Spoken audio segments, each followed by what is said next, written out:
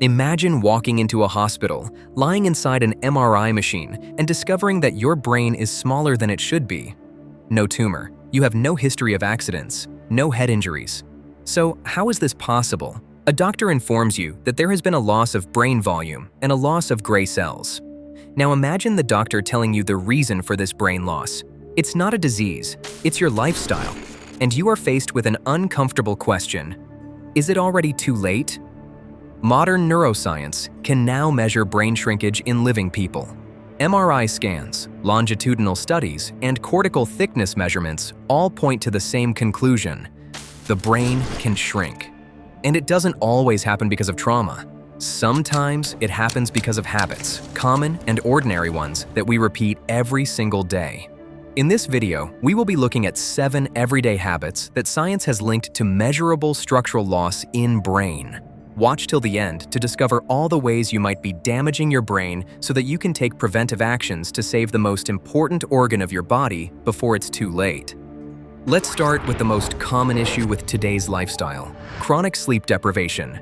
You've heard sleep is important, but here's what most people don't understand. Sleep is not rest, it's repair. Researchers using MRI imaging have observed that chronic sleep restriction is associated with reduced gray matter volume in areas like the hippocampus, the structure that is deeply involved in memory formation. The hippocampus is one of the few regions capable of adult neurogenesis, the birth of new neurons. In one widely cited line of research, individuals who consistently slept less than 6 hours per night showed structural differences in brain regions responsible for attention and memory compared to well-rested individuals. In animal studies, prolonged sleep loss reduced hippocampal neurogenesis by significant margins.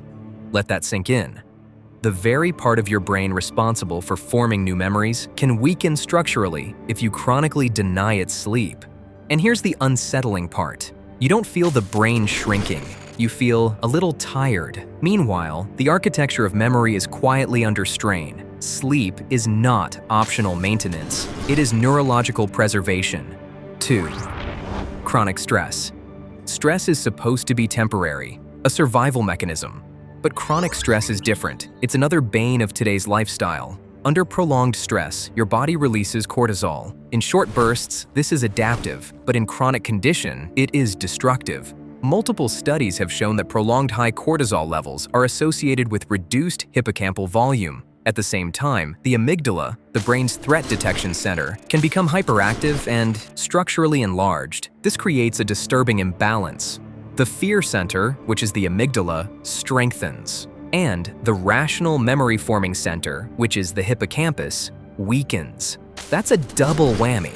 And the prefrontal cortex, responsible for impulse control and decision-making, can show reduced dendritic branching under chronic stress conditions, meaning the wiring itself becomes less complex. Think about that.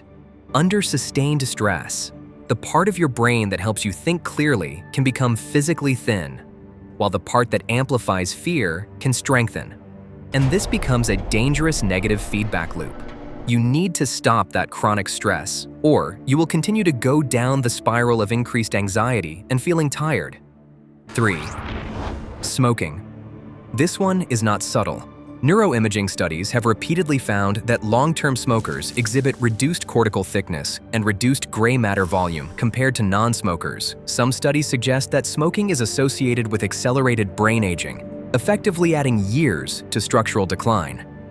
Researchers have observed reductions in frontal lobe regions, areas responsible for planning, judgment, and self-control.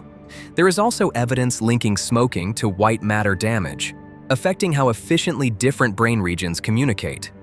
And here's the cruel irony. Nicotine temporarily sharpens attention, hence you feel alert, but long-term exposure correlates with measurable structural loss and faster brain aging. 4. Heavy alcohol consumption. Alcohol doesn't just impair you temporarily. MRI studies have consistently shown that chronic heavy drinking is associated with reductions in frontal lobe volume and damage to white matter integrity.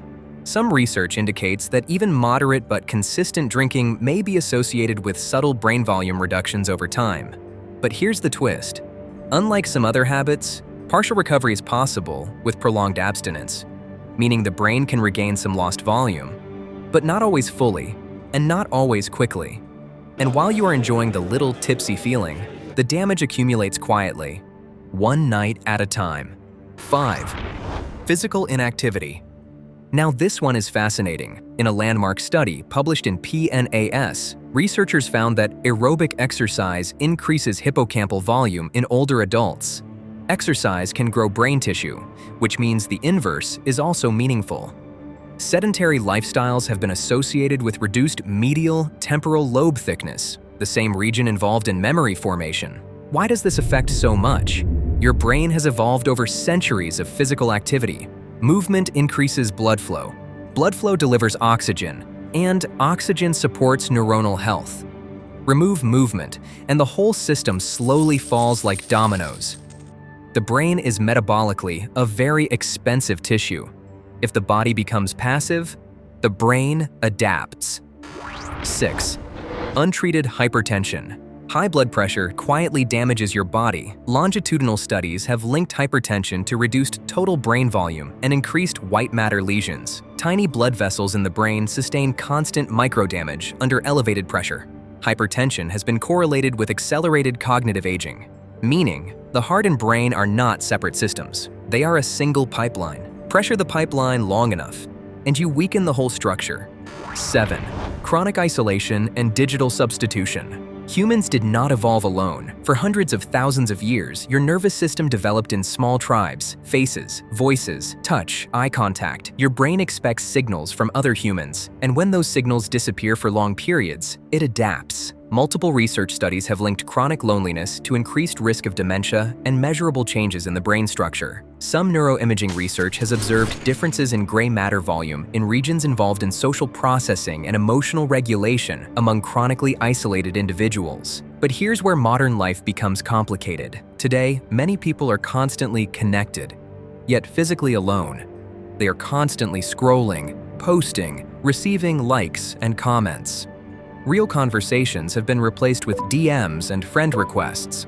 Some studies examining heavy media multitaskers have found structural differences in areas linked to attention control as well.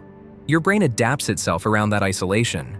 And the cruel part is that loneliness doesn't feel like brain shrinkage. It feels like boredom, creating another negative feedback loop where you continuously crave yet another episode when you actually need someone to talk to. Now the thing is, none of these habits reduce your brain volume overnight. There is no dramatic collapse, but only repetition, and repetition becomes habit. Chronic sleep deprivation slowly shrinks the hippocampus, weakening memory and making it harder to learn or retain new information. Chronic stress damages the prefrontal cortex and enlarges the amygdala, leaving you more anxious, impulsive, and unable to focus. Smoking reduces oxygen supply to the brain and accelerates cortical thinning, which gradually affects attention, memory, and mental speed. Heavy alcohol consumption damages the frontal lobes and cerebellum, impairing judgment, coordination, and long-term cognitive function.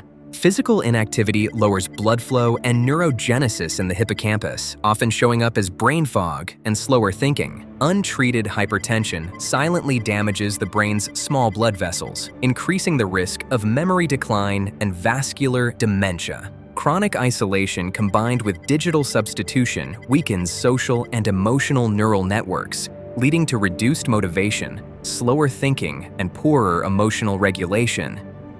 So, if your brain is physically reshaping itself based on your habit, then the real question you should be asking yourself is, what are you training it to become?